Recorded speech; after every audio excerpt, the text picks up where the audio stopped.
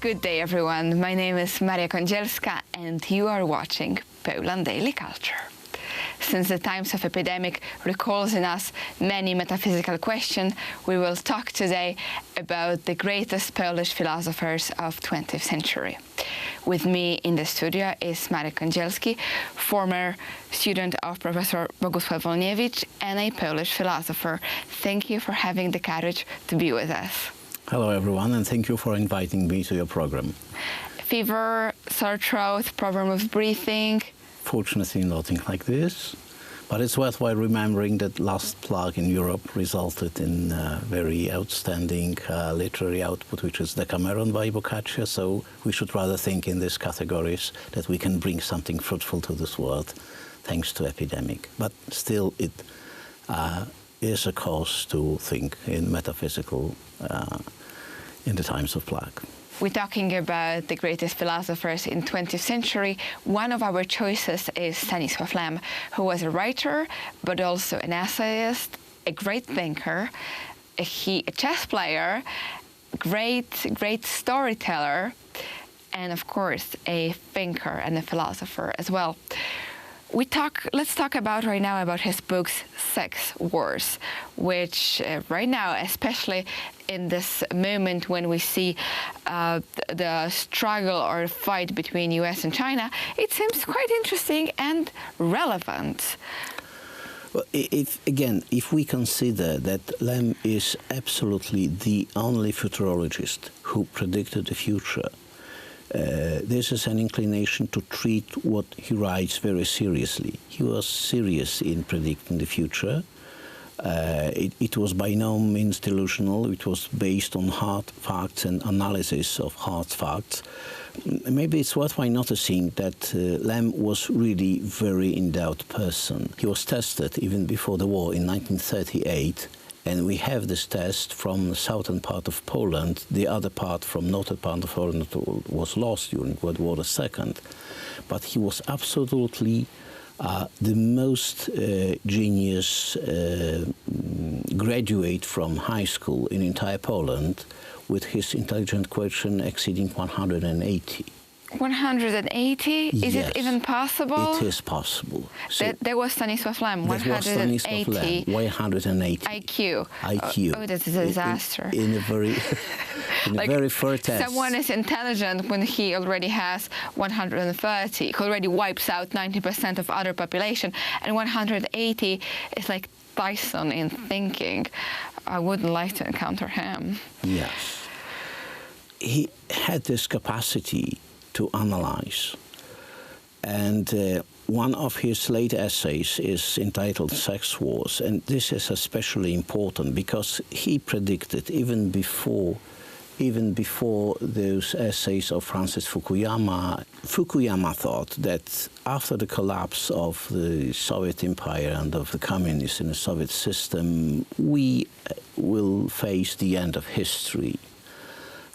Which is not true. I think it's based on the wrong assumption that the communism was the main phenomenon in this part of the world, while it was rather that the communist was simply used by Imperial Russia as a tool to achieve their goals of global domination. As soon as they realized that it's not going to work and it's not working any longer, they resigned from the tool, but they have never resigned from their goals. Right now, let's summarize what we just heard, that the Soviet Russia was just an aberration of thinking of a great Russian empire in a way. So communism as a totalitarian system was a tool to create great Russia and to expand the imperialism all over the world, but it was not the goal itself. That's what you're trying to say. It was not a goal itself, as I think, and if we look upon Alexander Solzhenitsyn, who was very opposed to the communist system, in the end he returned to Russia after the transition because we realized that he is not opposing the concept of Great Russia, of Russia as a global empire. He was just opposing the tool, the way to achieve it. And this is one of the cornerstone for these errors that tell us that this is the end of history. It's not. And the answer to the concept of Fukuyama was the book The Clash of Civilizations, that tells us that we are facing the moment when not the states, not the nations, but entire civilizations will compete against each other. And this is similar what Lem predicted when in the sex wars he was writing about the competing populations, which may be meant as civilizations. And there is a very strong warning when Lem says that it is very likely that we will try to depopularize each other, which is another pleasant word for global manslaughter, a kind of a holocaust, but not in the scale of one nation only, but in the scale of the continents and entire civilizations. And this is the warning. He was very much criticized from the part of the church, but he underlined that he is not opting for this. He's just warning, but he's explaining what he thinks is feasible and is very probable that will be delivered. Hopefully we'll not treat COVID right now and the virus It's as worldwide noticing in all this turmoil. Is it possible or not?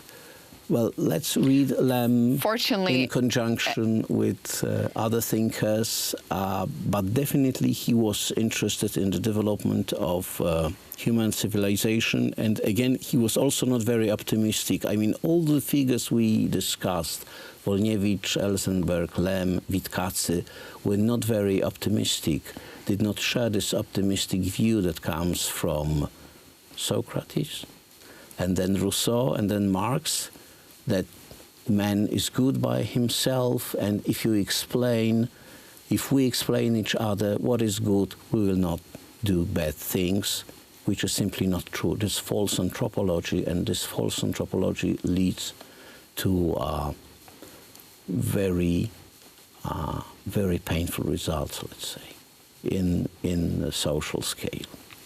We will leave you with this a little bit pessimistic summary, but still, even though, don't lose courage and don't lose spirit, and keep reading great Polish philosophers, because maybe they open another doors for our civilization right now to continue and to work, especially in those times of plague which we live in. And thank you so much for watching Poland Daily Culture.